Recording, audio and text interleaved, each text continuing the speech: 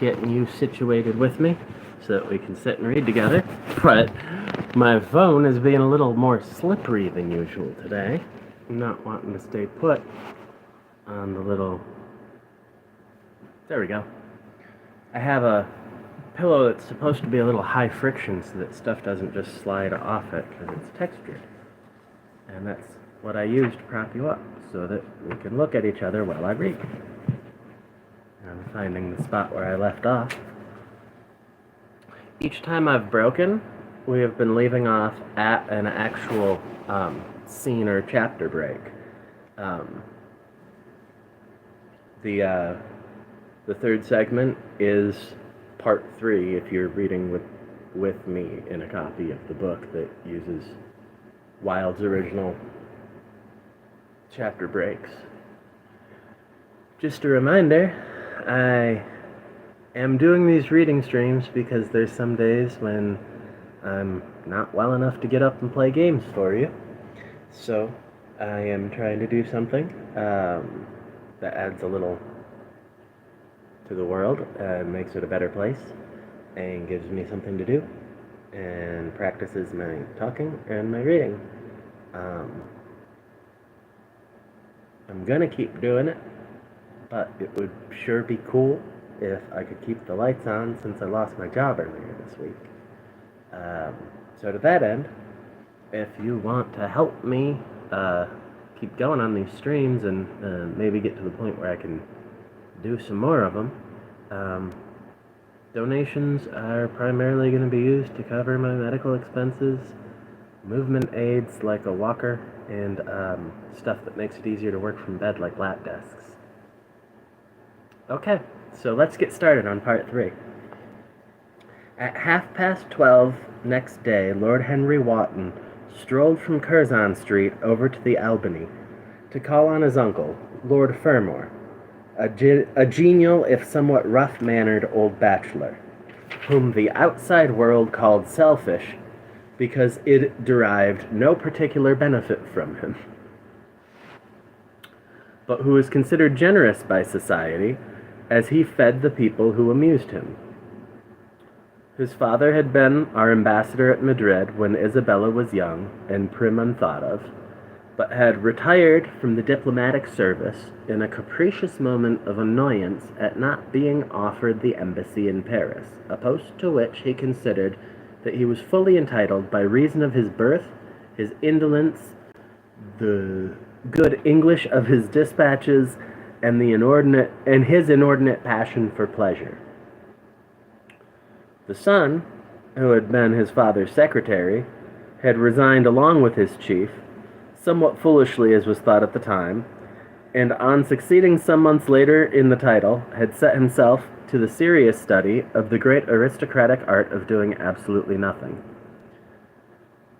He had 2 large townhouses, but preferred to live in chambers, as it was less trouble, and took most of his meals at his club.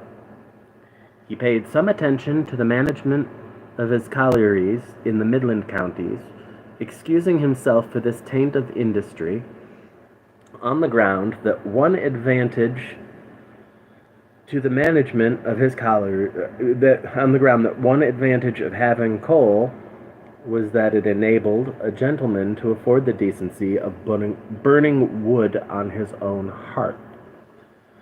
In politics, he was a Tory, except when the Tories were in office, during which period he roundly abused them for being a pack of radicals. He was a hero to his valet, who bullied him, and a terror to most of his relations, whom he bullied in turn. Only England could have produced him, and he always said that the country was going to the dogs. His principles were out of date, but there was a good deal to be said for his prejudices. My channel's not really about trans stuff, but I don't make a big secret out of being trans. And naturally, that means that I pay attention to what's going on in England. I have friends over there. I talk to people over there who have to live with the situation. I gotta say, England does not sound that much different from this description when you're talking about the stick-in-the-mud conservative sort of side of it. I'm just saying these Tories sound a lot like some of the things I hear said. It's kind of funny to me. When Lord Henry entered the room, he found his uncle sitting in a rough shooting coat, smoking a cheroot and grumbling over the Times. "Well, Harry," said the old gentleman, "what brings you out so early? I thought you dandies never got up till 2, and were not visible till 5. "Pure family affection, I assure you, Uncle George. I want to get something out of you." "Money, I suppose," said Lord Fermor, making a wry face. "Well, sit down and tell me all about it. Young people nowadays imagine that money is everything." "Yes," murmured Lord Henry, settling his buttonhole in his coat. "And when they grow older, they know it. But I don't want money. It is only people who pay their bills who want that, Uncle George, and I never pay mine. Credit is the capital of a younger son, and one lives charmingly upon it. Besides, I always deal with Dartmoor's tradesmen, and consequently they never bother me. What I want is information. Not useful information, of course. Useless information. Of course. Not getting the angle that I want. There we go. Having a hard time feeling like I'm actually looking at you and seeing a lot more shadow than I wanted on my face, but we gotta do what we gotta do. It's later in the day. It's not gonna be as easy to light everything. Okay. So, let's keep going.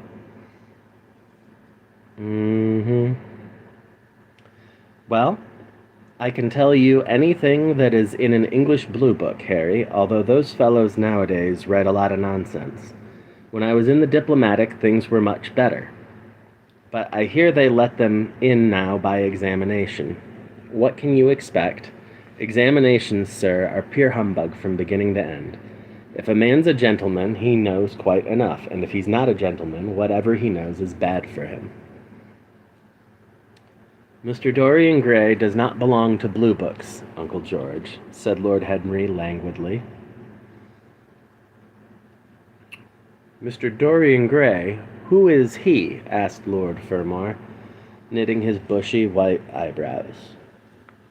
That is what I have come to learn, Uncle George. Or rather, I know who he is. He's the last of Lord Kelso's grandson. He's the last Lord Kelso's grandson. His mother was a Devereux, Lady Margaret Devereux. I want you to tell me about his mother. What was she like? Whom did she marry?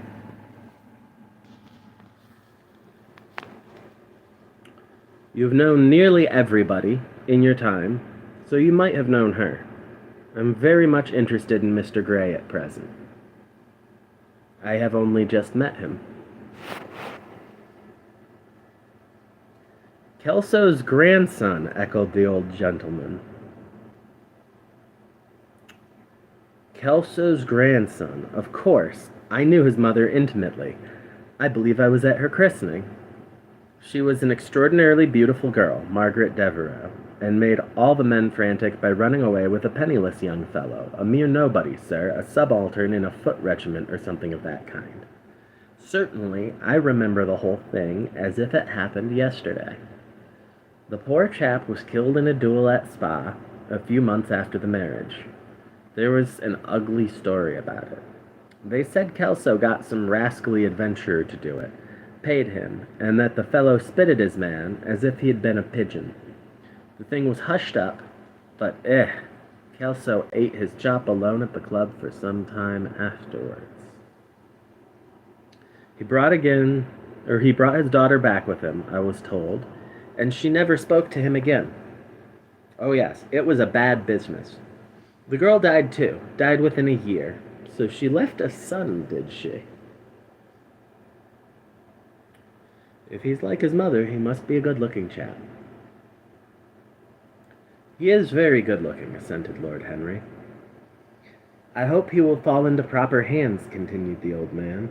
He should have a pot of money waiting for him if Kelso did the right thing by him. His mother had money, too. All the Selby property came to her through her grandfather. Her grandfather hated Kelso, thought him a mean dog. He was, too. Came to Madrid once when I was there. I was ashamed of him.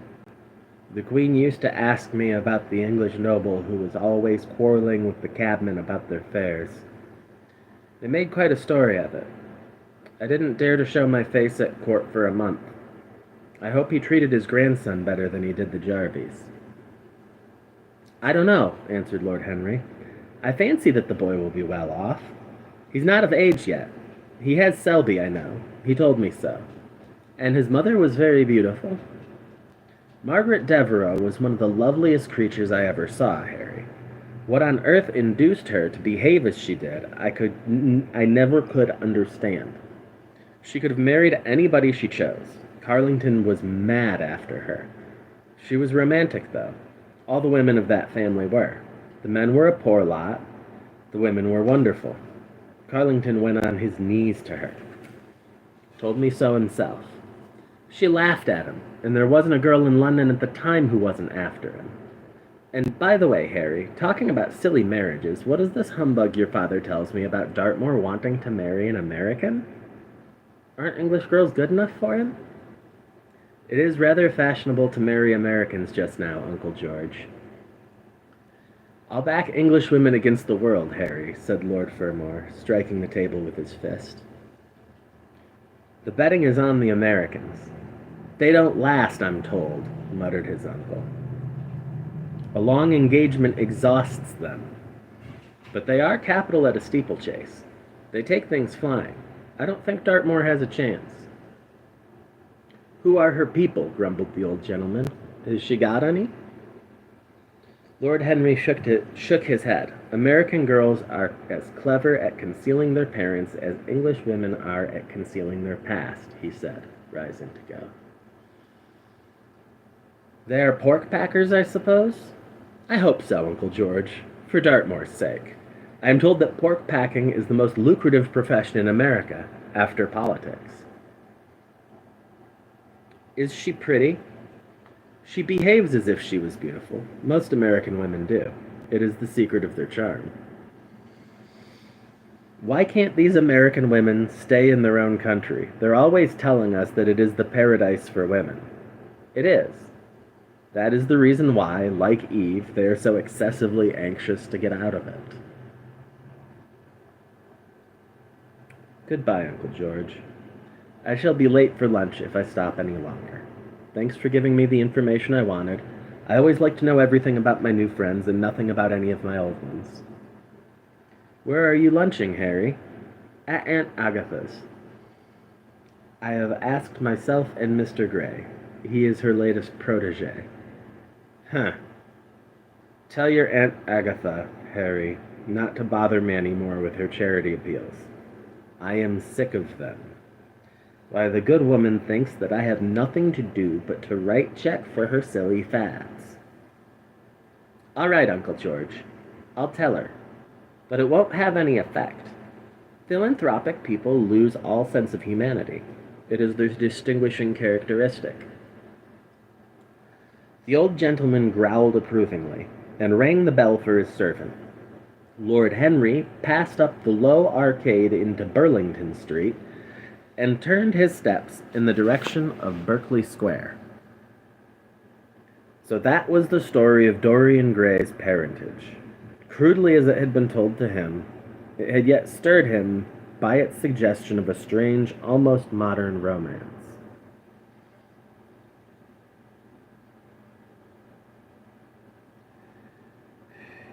A beautiful woman risking everything for a mad passion.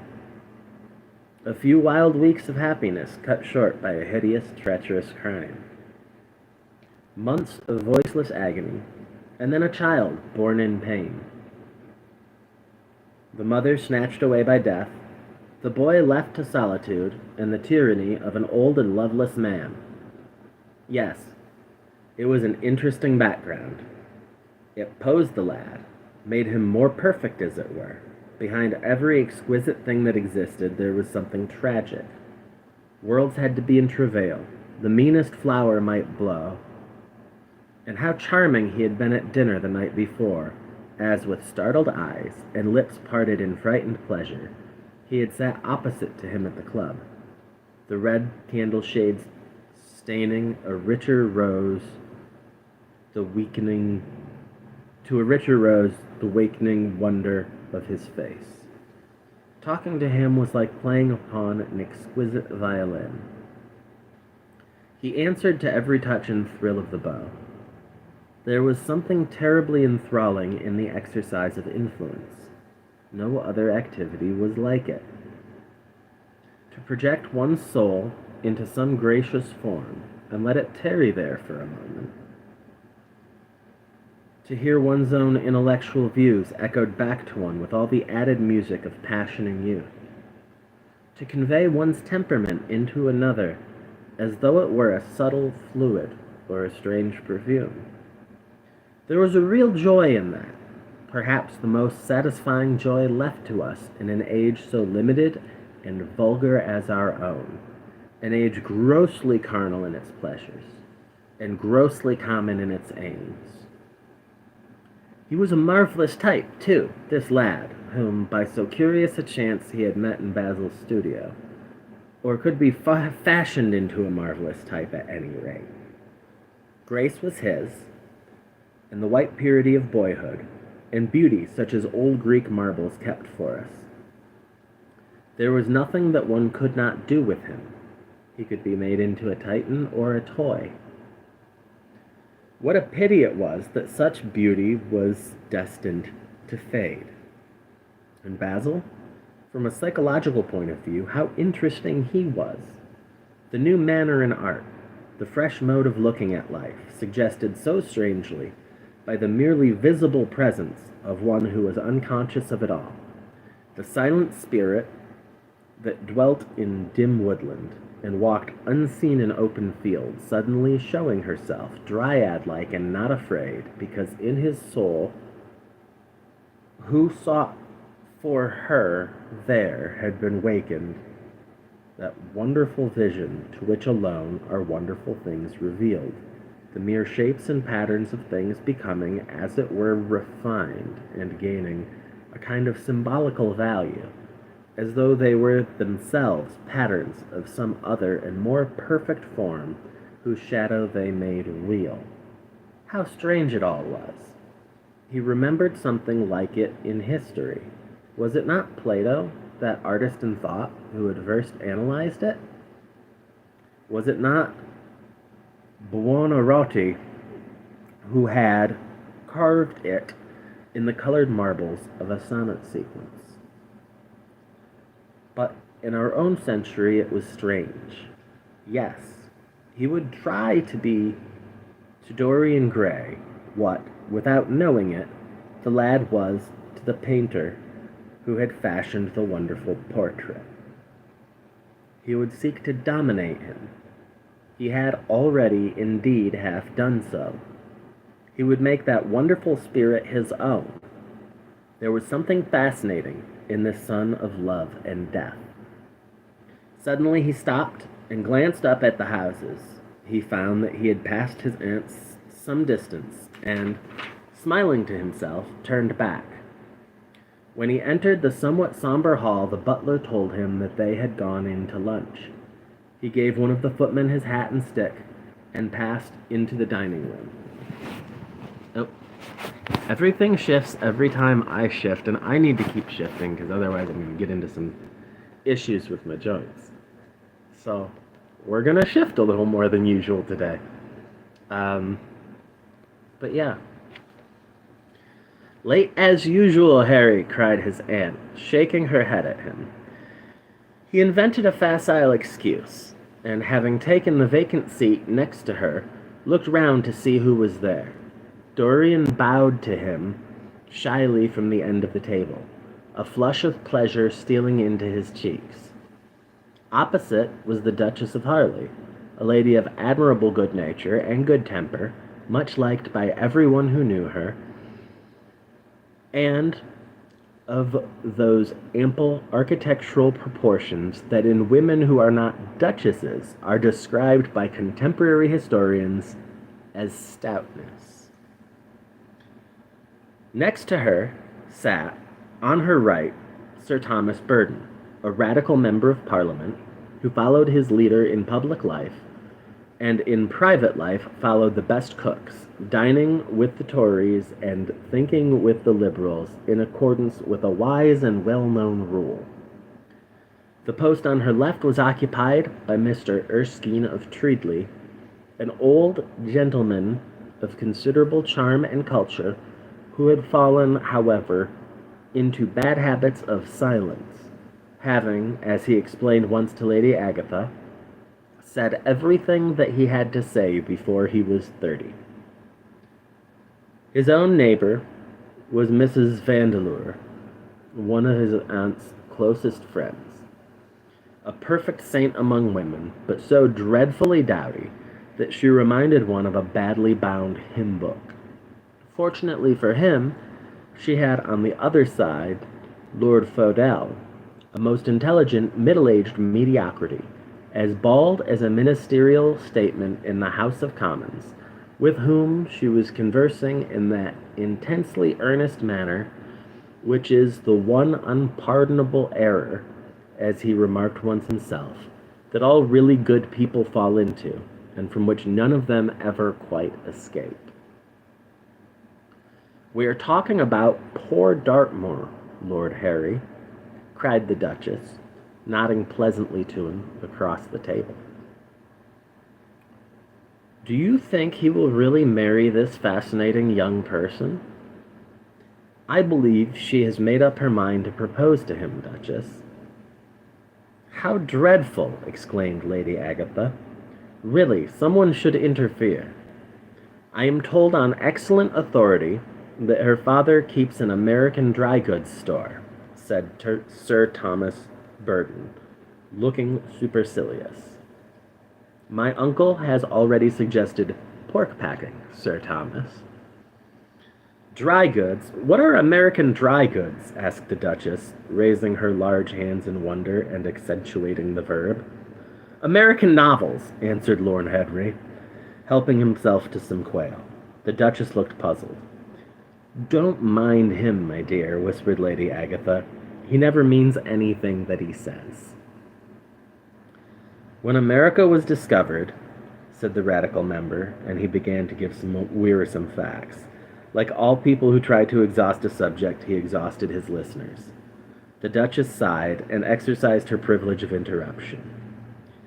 "I wish to goodness it never had been discovered at all," she exclaimed. "Really, our girls have no chance nowadays. It is most unfair."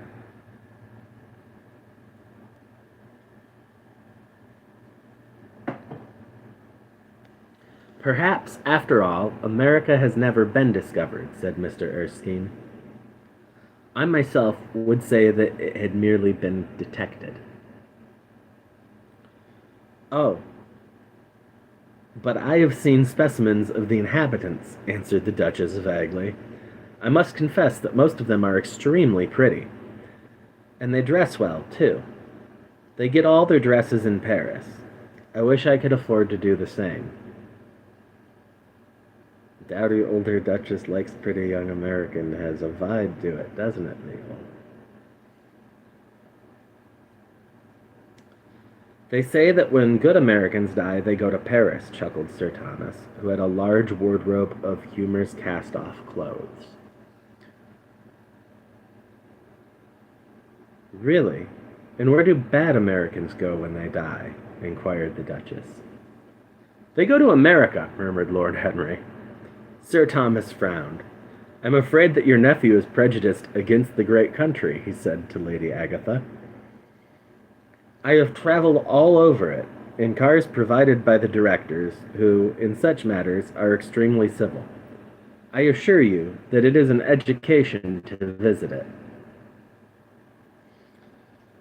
"But must we really see Chicago in order to be educated?" asked Mr. Erskine plaintively. "I don't feel up to the journey." Sir Thomas waved his hand. "Mr. Erskine of Treadley has the world on his shelves. We practical men like to see things, not to read about them. The Americans are an extremely interesting people. They are absolutely reasonable. I think that is their distinguishing characteristic. Yes, Mr. Erskine, an absolutely reasonable people. They are absolutely reasonable. Sorry, I looped back. I assure you there is no nonsense about the Americans. How dreadful, cried Lord Henry. I can stand brute force, but brute reason is quite unbearable. There is something unfair about its use. It is hitting below the intellect. I do not understand you, said Sir Thomas, growing rather red. I do, Lord Henry, murmured Mr. Erskine with a smile. Paradoxes are all very well in their way, rejoined the baronet. Was that a paradox? Asked Mr. Erskine. I did not think so. Perhaps it was. Well, the way of paradoxes is the way of truth. To test reality, we must see it on the tightrope. When the verities become acrobats, we can judge them.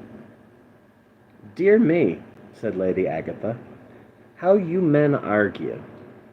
I'm sure I never can make out what you are talking about. Oh, Harry, I'm quite vexed with you.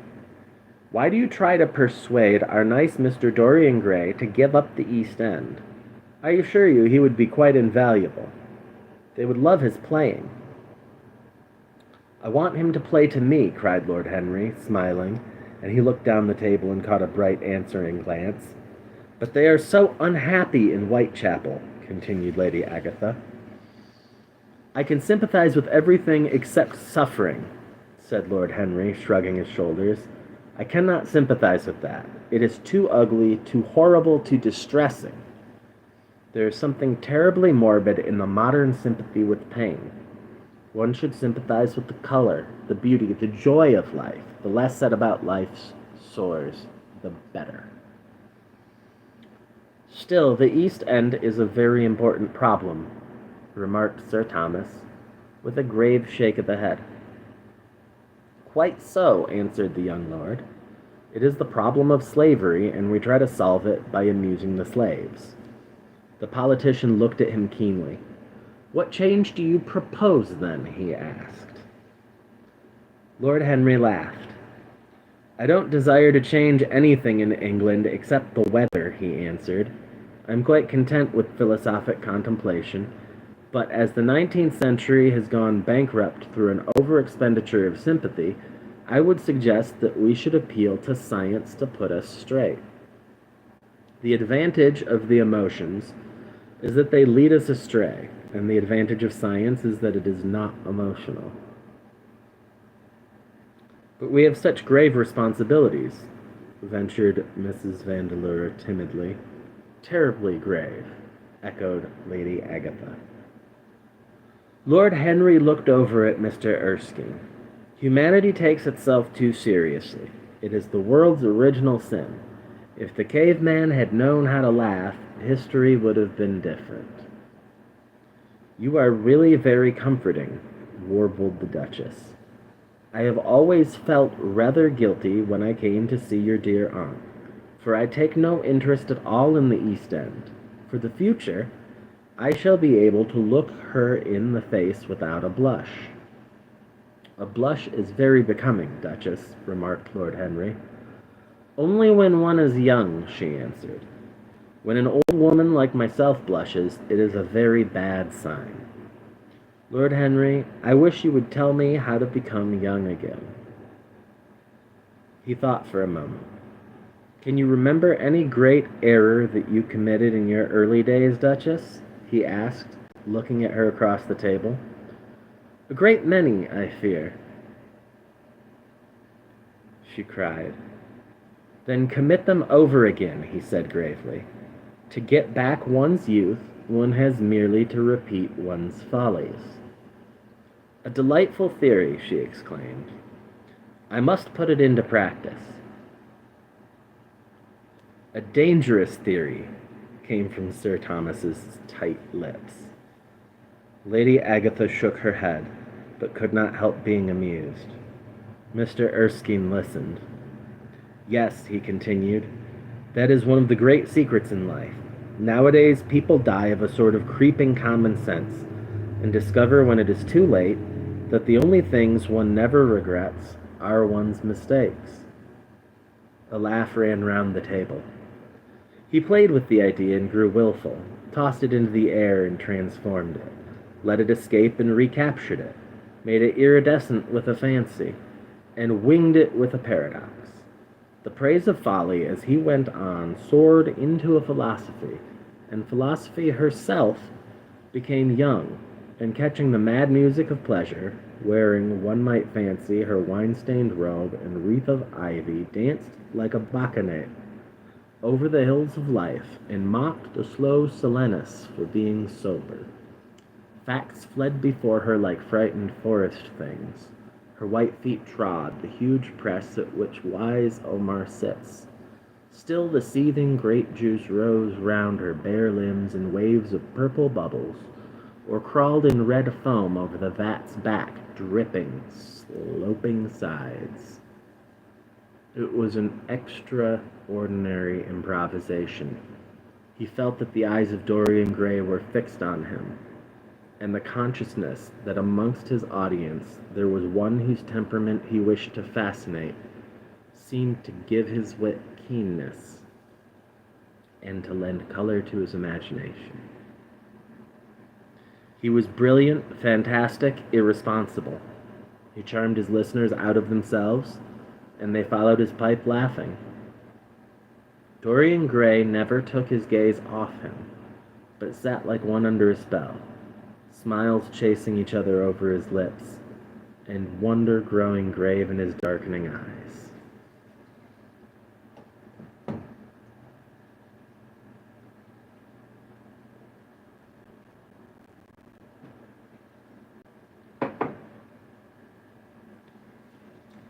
At last, liveried in the costume of the age, reality entered the room in the shape of a servant to tell the Duchess that her carriage was waiting. She wrung her hands in mock despair. "How annoying!" she cried. "I must go. I have to call for my husband at the club, to take him to some absurd meeting in Willis's rooms, where he is going to be in the chair. If I am late, he is sure to be furious, and I couldn't have a scene in this bonnet. It is far too fragile. A harsh word would ruin it. No, I must go, dear Agatha. Goodbye, Lord Henry. You are quite delightful, and dreadfully demoralizing. I am sure I don't know what to say about your views. You must come and dine with us some night. Tuesday?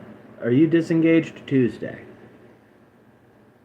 "For you, I would throw over anybody, Duchess," said Lord Henry with a bow. "Oh, that is very nice and very wrong of you," she cried. "So mind you come," and she swept out of the room, followed by Lady Agatha and the other ladies. When Lord Henry had sat down again, Mr. Erskine moved around, and taking a chair close to him, placed his hand upon his arm. "You talk books away," he said. "Why don't you write one?" "I am too fond of reading books to care to write them, Mr. Erskine." "I should like to write a novel, certainly. A novel that would be as lovely as a Persian carpet, and as unreal. But there is no literary public in England for anything except newspapers, primers, and encyclopedias. Of all people in the world, the English have the least sense of the beauty of literature." "I fear you are right," answered Mr. Erskine. "I myself used to have literary ambitions, but I gave them up long ago. And now, my dear young friend, if you will allow me to call you so, may I ask if you really meant all that you said to us at lunch?" "I quite forget what I said," smiled Lord Henry. "Was it all very bad?" "Very bad indeed. In fact, I consider you extremely dangerous, and if anything happens to our good Duchess, we shall all look on you as being primarily responsible. But I should like to talk to you about life. The generation into which I was born was tedious. Some day, when you are tired of London, come down to Treadley and expound to me your philosophy of pleasure over some admirable Burgundy I am fortunate enough to possess. I shall be charmed. A visit to Treadley would be a great privilege. It has a perfect host and a perfect library." You will complete it, answered the old gentleman, with a courteous bow. And now I must bid good-bye to your excellent aunt. I am due at the Athenaeum. It is the hour when we sleep there. All of you, Mr. Erskine? 40 of us, in 40 armchairs. We are practicing for an English Academy of Letters. Lord Henry laughed and rose. I am going to the park, he cried. As he was passing out of the door, Dorian Gray touched him on the arm. Let me come with you, he murmured. But I thought you had promised Basil Hallward to go and see him, answered Lord Henry. I would sooner come with you. Yes, I feel I must come with you. Do let me. And you will promise to talk to me all the time? No one talks to me as wonderfully as you do. Oh, I have talked quite enough for today, said Lord Henry, smiling. All I want now is to look at life.